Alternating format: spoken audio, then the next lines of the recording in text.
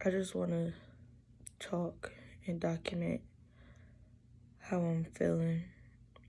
I just want to come from a place of vulnerability about what I'm going through and what I'm experiencing, because I don't feel like no amount of talking to anybody that anybody will understand unless you've been through it or unless you're going through it.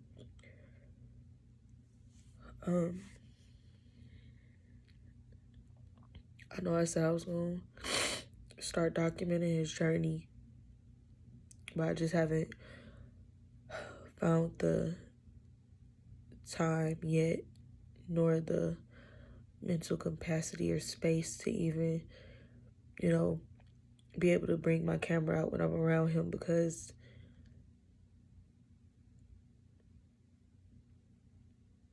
I'm so selfish with my time with him.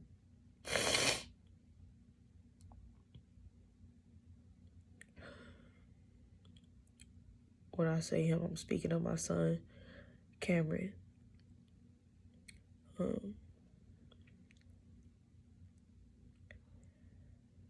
I just feel like if I'm going to talk about it, it's best I just vent amongst myself and then share it with y'all later down the line as I'm going through it, because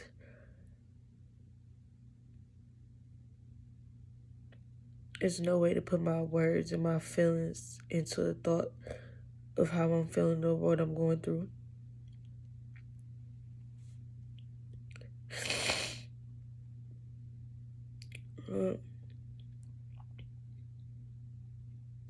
A lot of people know, a lot of people don't know, a lot of people are aware, a lot of people aren't aware of his situation. So I'll just tell y'all all about him from beginning to now.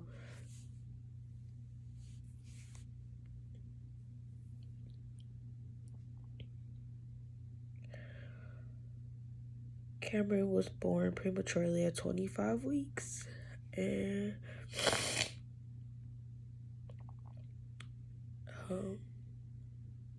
he was born July 20th. I was due on Halloween, but I had him in July due to me having severe preeclampsia. He was born in St. Joseph's Hospital, and now he's currently in Children's Hospital. He was in St. Joseph's for the first 3 months of his life, and he's had a heart murmur before, but they gave him medication to close that.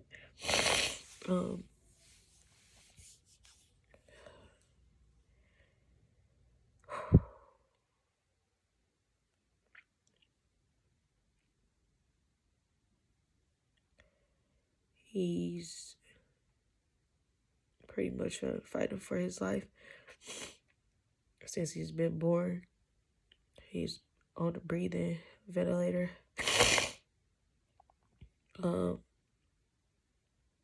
It's been an up and down roller coaster. He got transferred from different hospitals because they felt like they was doing everything that they could at St. Joseph's. And it wasn't enough. Technically, Kamran has been pronounced dead before. When he was getting transferred to Children's, he coded due to the Children's transport team coming and not having proper working equipment, which caused them to bag him for 2 hours, and that caused his lungs to collapse.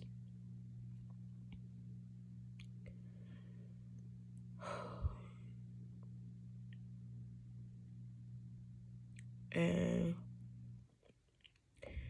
even while he went through that, Kamran fought. I held his hands the entire time. I screamed, I prayed over him. While he had doctors that showed no empathy, no sympathy, no anything. Doctor came and told me while I was calling for his dad to be able to get here, your son is dying.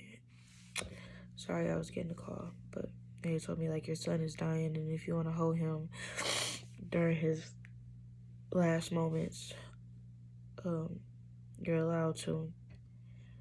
But he blurted it out after I already had told him I was on the phone trying to get his dad a Red Cross message so he can get here because he's in the military. And he showed no sympathy for that. He just busted through the door and was like, can you get off the phone? I have to talk to you. And I'm like, okay, can you give me a second? I'm on the phone with Red Cross. I'm trying to get his dad here. Just give me a second.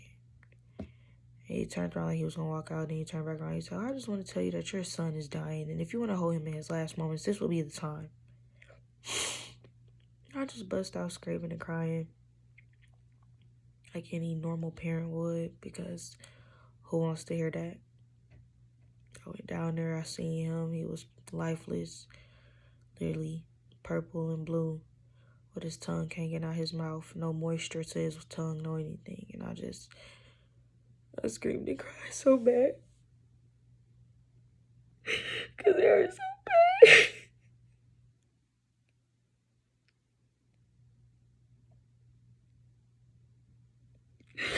I see him laying there like that. I'm sorry. I see him laying there like that, and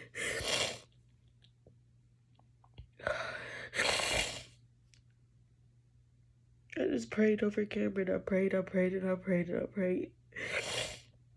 My mom finally got there because they didn't let me have visitors with me because of COVID. It was just me going through it by myself.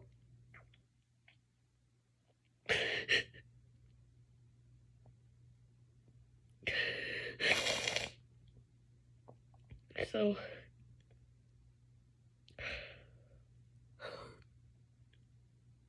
I leaned over him and I kissed him, and I told him, like, if you're ready to go, I'll let you go. But if you're not, you gotta give me a sign, Camp. You gotta show me something that you like, showing me that you're like willing to fight. And they had gave him a medication that was supposed to paralyze him. And through that medication, he squeezed my finger. And I knew at that moment it wasn't time for him to go. He wanted to fight. So I told him I was gonna fight with him. He had a nurse there that loved him like he was hers. And I called her. She wasn't even working that day, nor she had to work that night. And she showed up. I don't know what it feels like to have that kind of support, especially when you feel like you by yourself. It don't matter how many people you talk to, how many people you talk to about it, how many people you talk about it with. Nobody truly knows. They can only feel the pain that you feeling through word. They not physically feeling it. They not tired like you. They not at the hospital with you every day. They not having sleepless nights. They not having to be with one sick child every night. And at St. Joseph's, I couldn't sleep there because it's no place for us to sleep. Like, they don't have their own separate rooms. So I couldn't sleep there. So I stayed up all the way to 7 a.m. No matter what time I went in, I stayed up to 7 a.m. with him. And then I leave and go home and deal with my 2-year-old. Nobody know what kind of stress and strains that put on your mental capacity. I did this every night for 3 months straight. Until that day. And luckily, you know, like I said, I stood by him and I just kept moving his arms. I was trying to open his airways. Doing everything I could possible to help him. Me and my mama. And finally, his numbers came back up to a point to where they didn't drop again for the rest of that entire night.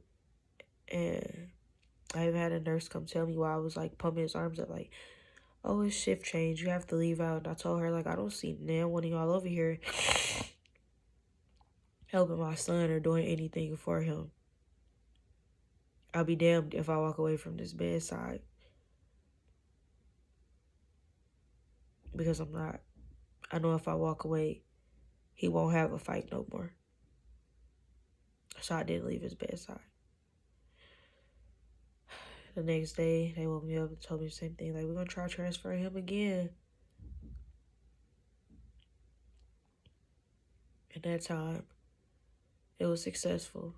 But it was the most hardest thing to try to watch. Because you're just scared that it might happen all over again. So, since he's been at Children, he's been, like, on steroids and morphine and all different types of medications to keep him comfortable and sedated. And steroids is like a band-aid for him to help him breathe. Because he has BPD, bronchopulmonary dysplasia, which means he's just a preemie with very severe sick lungs.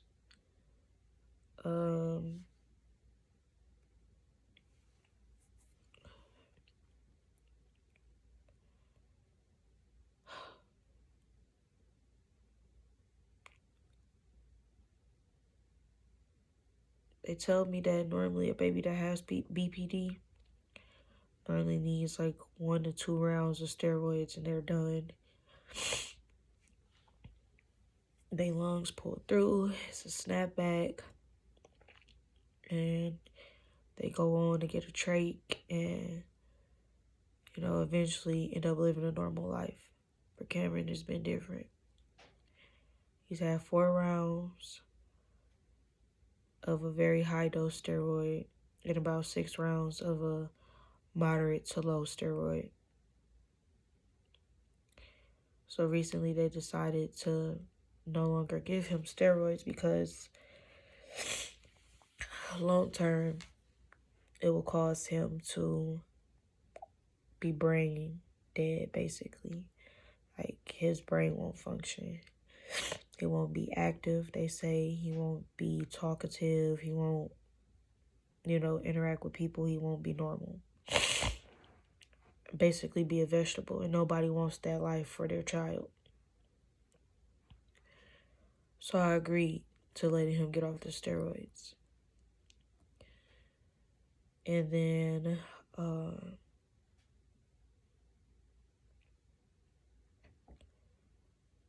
every other day it's like a death talk with this hospital. Oh, he's doing great one day. He's stable.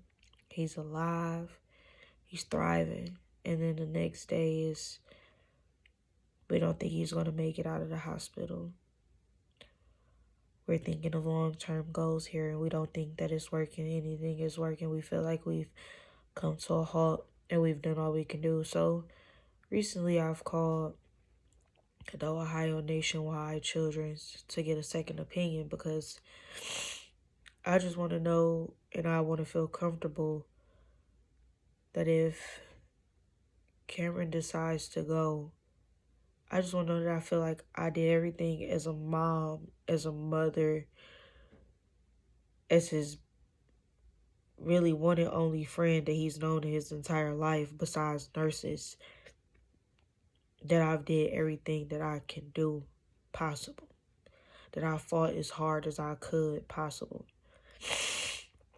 But they suggested that with him being off the steroids, that they turn him up to a higher pressure, which is a higher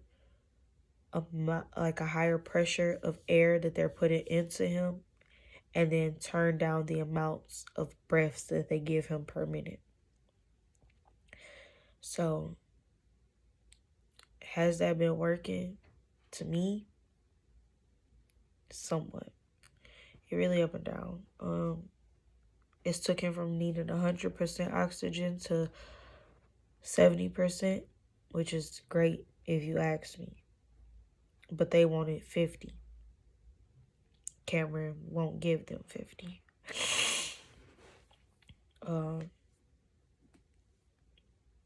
Do I feel like it can happen over time?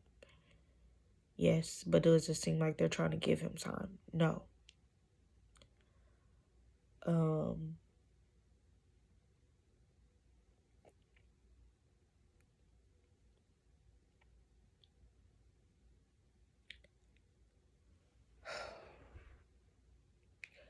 Nobody wants to hear the constant conversations of their child is not going to make it. If you ask me, do I feel like I have a dying kid? I will tell you no. Cameron still is full of life. He looks at me. He interacts with me. He squeezes my fingers.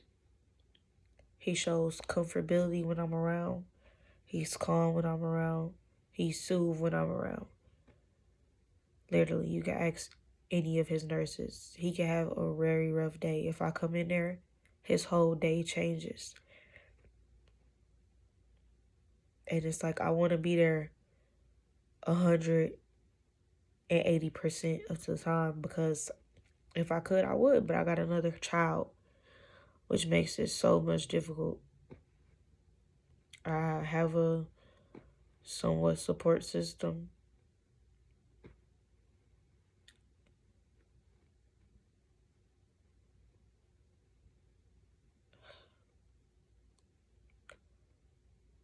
Like my mom, she really is the only one that keeps my daughter,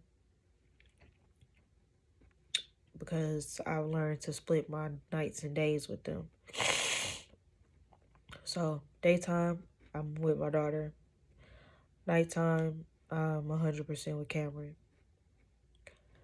So I've learned to alter my nights and days, and my mom normally keeps her at night because she sleep. But then when you get those calls every morning, oh, you need to get home. Oh, your daughter's woke. You need to get here and tend to this child now. And, it can be stressful. Especially when, like, you hearing all this news. It puts you in, like, a real cloudy headspace. Then you got people that tell you, like, oh, you're having tunnel vision to everything. Like, you don't want to see that he may be in pain. Excuse me, sorry. You don't want to see that he may be in pain. But he's not in pain because he's always medicated.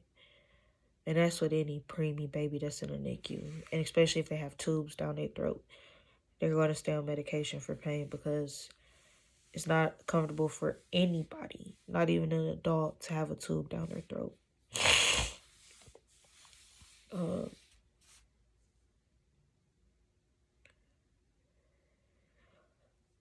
Right now, I'm just at a standpoint of trying to collect my thoughts and understand why I'm going through what I'm going through and why he's going through what he's going through.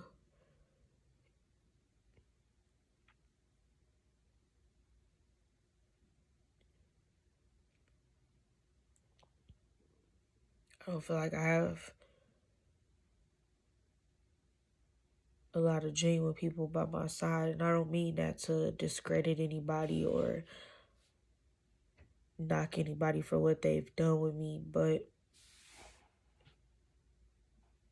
honestly, like I said, you don't understand it until you're there every night, day in and day out, just praying. Anybody that knows me knows I used to be a heavy churchgoer when I was young. As I got older and noticing all the tithes and the offerings constantly over and over again, I eventually cut church out of my life because I felt like it was a hoax, just another scam to make money. I believe in God, I believe in a higher power, but church per se, I don't.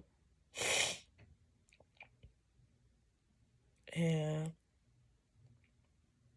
I haven't cried so much, dropped down to my knees so much, just begging for forgiveness, for healing, for clarity, for understanding, for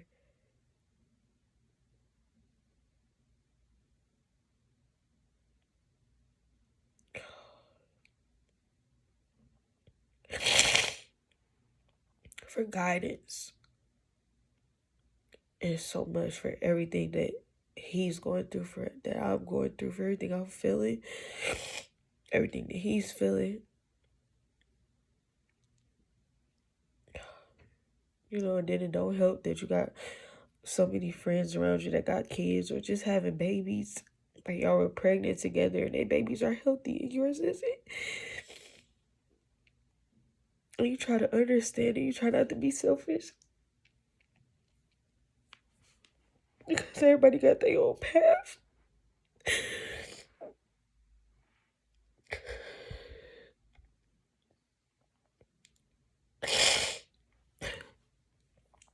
Sometimes you just have to understand that a different path was chosen for you. And I'm trying to understand it. I've been trying to walk by faith and not by sight. I've been saying it for months now.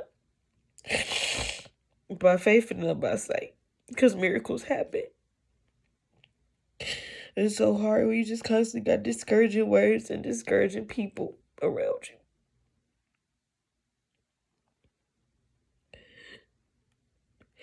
I just don't want to lose myself in this process because I still got another kid that need me. And I can't be selfish towards her.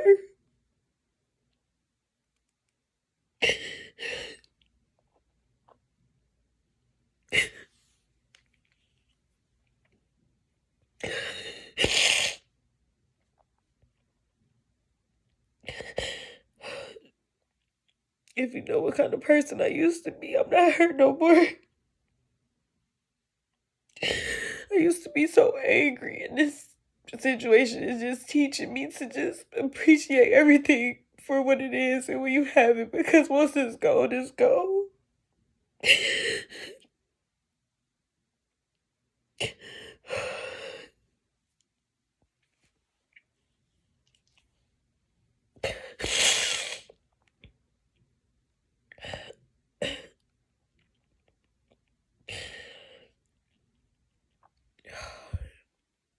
I try my best to keep myself with a smile. I try my best to constantly laugh. I'm not in the mood to do anything no more. I don't have the energy. I don't have the spirit. I don't want to be around people. I don't want nobody to feel my energy.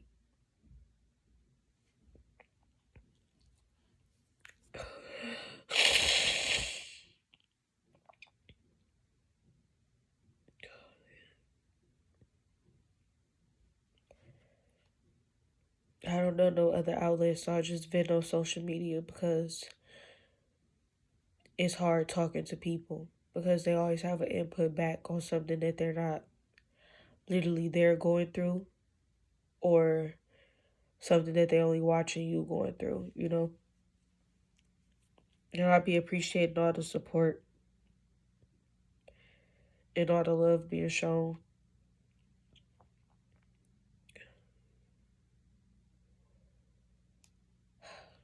That's pretty much where I have to leave it for right now, because right now I just feel like a lost soul. And I have to find my way for the both of them. I can't be selfish and shut down on Cam because he needs me regardless of whether he decides to stay or go. He needs me there through this whole process. And I can't be selfish and shut down on Kalaya because she needs a full-time parent to be there for her as well.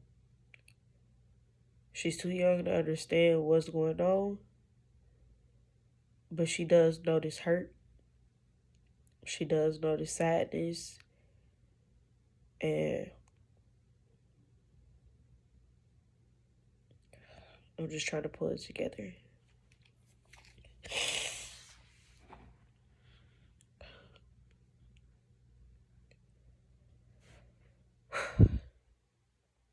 So, all I can say is right now is if you love us, and even if you haven't met my kids, or if you haven't met Cam, because nobody honestly has met him. I had one person in the delivery room with me physically, and about 4 others on the phone.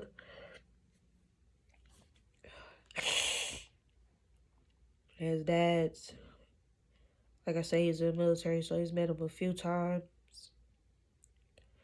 And my mom's met him once. She literally watched him, and literally her first time meeting him was with no life to watching him have life. So, and this isn't personalized. So, even if you haven't met him, or if you've only seen pictures or videos of him, if you love him, pray for him.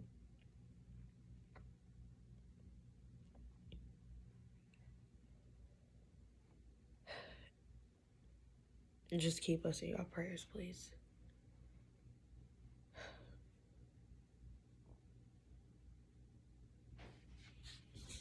Thank you.